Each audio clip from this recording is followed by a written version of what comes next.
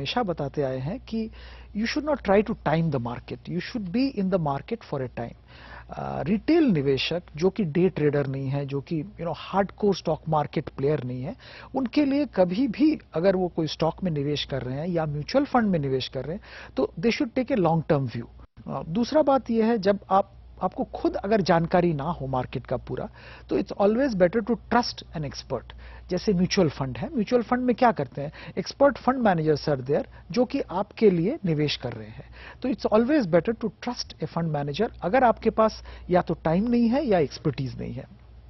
तीसरी बात यह है कि जब भी आप निवेश कर रहे हैं, आप कोशिश करिए कि आप पोर्टफोलियो डाइवर्सिफाई करिए, एक जगह में पूरा पैसा नहीं डालिए।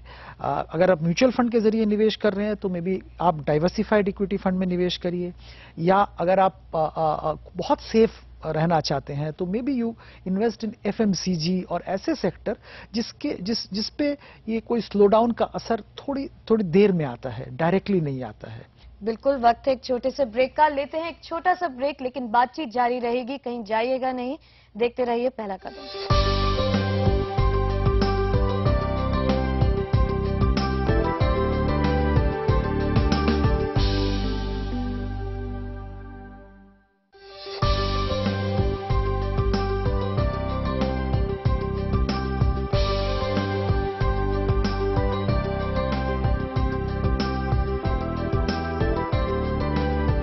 पहला कदम में एक बार फिर आपका स्वागत है और हमारे साथ हैं एनएसडीएल के मैनेजिंग डायरेक्टर और सीईओ गगन राय और रिलायंस मनी के सीईओ और director Sudeep Bandyopadhyay.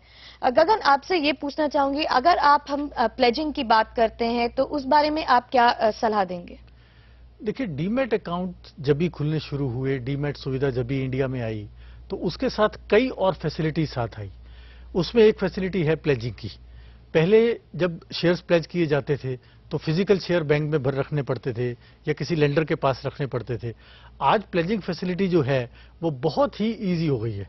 The pledging is done through computer system और इसके अगेंस्ट आप बैंक से बोरो कर सकते हैं। इसी तरह और भी एक फैसिलिटी जो अभी अभी आ रही है वो है स्टॉक लेंडिंग। अगर आप चाहते हैं कि आपका स्टॉक जो है वो आपके पास पड़ा रहे, आप उसको बेचना नहीं चाहते हैं अभी, लेकिन फिर भी आपको कुछ ना कुछ उससे कमाई हो, तो आप लेंड करके और कुछ उस पर अर्निंग कर सकते हैं। एक और सुविधा जो डीमैट अकाउंट के साथ आई है वो है नॉमिनेशन फैसिलिटी, जिसको पब्लिक ने बहुत सराहा है। कोई भी व्यक्ति अपने पूरे अकाउंट को किसी के भी नाम पे नॉमिनेट कर सकता है और अगर कोई ऐसी स्थिति आती है तो फिर वो शेयर्स उनके नाम में ट्रांसफर किए जा सकते हैं, उनके अकाउंट में दिए जा सकते हैं। कई बार हमें काफी दर्शकों के ये कंप्लेन्स आती हैं या जानना चाहते हैं, जब वो एक मार्जिन ट्रेडिंग के जरिए ट्रेडिंग करते हैं और कई बार अगर पैसा खो जाता है तो उन्हें लगता है कि उनके साथ फ्रॉड हो गया है। पहली बात तो सुदीप, आपसे ये पूछना चाहूंगी कि मार्जिन ट्रेडिंग होती क्या है, अगर आप ये दर्शकों को समझाएं, और कैसे ये पूरा चलता है, अगर इसके बारे में जानकारी दें। जी, ऐसा है, दो चीज है, मैं क्लियरली समझाना चाहूंगा। एक है मार्जिन ट्रेडिंग, एक है मार्जिन फंडिंग। मार्जिन ट्रेडिंग में क्या होता है, जब आप इंट्रा डे पोजीशन लेते हैं तो उसको मार्जिन ट्रेडिंग होता है। मान लीजिए आपके अकाउंट में 1000 रुपया है और आप किसी चीज में 10,000 रुपया तक का पोजीशन आपका ब्रोकर आपको अलाउ करता है। तो इसमें क्या हुआ, आपने 1000 रुपया, आपका 1000 रुपया जो है वो मार्जिन के तौर पे रहा और 9000 रुपया आपका ब्रोकर ने आपको लिमिट लेने के लिए अलाउ किया, तो आपने 10,000 रुपया का शेयर खरीद लिया। बट ये मार्जिन ट्रेडिंग में क्या होता है, during the end of the day, by the end of the day आपको ये सौदा स्क्वायर अप करना है। अब क्या होता है, जब भी आप ऐसा कोई पोजीशन ले रहे हैं तो आपका ब्रोकर बैक एंड में he will put a stop loss somewhere eight may be 9,200 rupees, क्योंकि अगर 9,200 तक उस शेयर का प्राइस आ गया तो ऑटोमेटिकली वो शेयर बिक जाएगा। तो क्योंकि आपने तो सिर्फ 1000 रुपया ही दिया है, तो 200 रुपया मार्जिन रख के he will set put A cut off limit. Now ये इसी तरह मार्जिन ट्रेडिंग ऑपरेट करता है। अब निवेशक को क्या लगता है, मार्केट अगर गिरने लग गया वो शेयर निकल जाता है इमीडिएटली। निवेशक को लगता है कि उसके पास इंफॉर्मेशन नहीं आया, शेयर बिक गया, क्या हुआ, क्यों लॉस हुआ, ये तरह तरह के सवाल आते हैं। पर मार्जिन ट्रेडिंग सिस्टम ही ऐसा है कि आप एक अवधि तक आप निवेश करिए, बाकी ब्रोकर आपको लिमिट देगा, आप एक बड़ा अमाउंट का एक्सपोजर लेंगे, पर अगर मार्केट नीचे आता है तो ऑटोमेटिकली वो एक्सपोजर मिटा दिया जाएगा, काट दिया जाएगा। मार्जिन फंडिंग क्या होता है? अगर आपको आपका पोजीशन कैरी करना है, यही एग्जांपल ले लीजिए, आपके पास 1000 रुपया है, आपने 10,000 रुपया का शेयर खरीद लिया। अब आप you want to carry this position, आप एक दिन में स्क्वायर अप नहीं करना चाहते, तो broker has to actually fund you. So ये इसको बोलते हैं margin funding, and broker will allow you to carry that position up to a period, and you have to pay interest on that amount which the broker has funded. इसको हम margin funding बोलते हैं। इसमें भी the square up system works in a similar manner.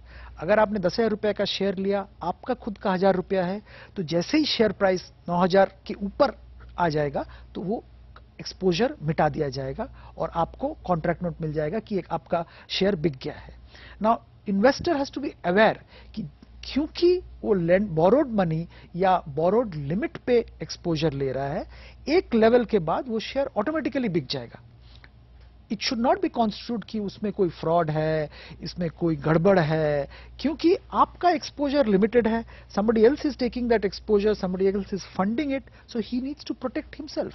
तो broker will cut the exposure if the market falls. आपसे ये जानना चाहूंगी गगन कि कई बार जो निवेशक होते हैं वो अपनी डीमैट अकाउंट्स की डिटेल्स जब अपने ब्रोकर के साथ शेयर करते हैं या उन्हें ट्रांजैक्शन करने की अपनी परमिशन देते हैं या अथॉरिटी देते हैं, कितना सही है ये करना और क्या रिस्क इन्वॉल्व है और क्या ध्यान रखना चाहिए, अगर इस बारे में आप जानकारी दें। अगर आप किसी और को, चाहे वो आपका सब ब्रोकर है, आपका ब्रोकर है, आपका ब्रदर है, सिस्टर है, नेबर है, किसी को भी आप अपना अकाउंट ऑपरेट करने को देते हैं तो आप उसको पावर ऑफ अटॉर्नी देते हैं।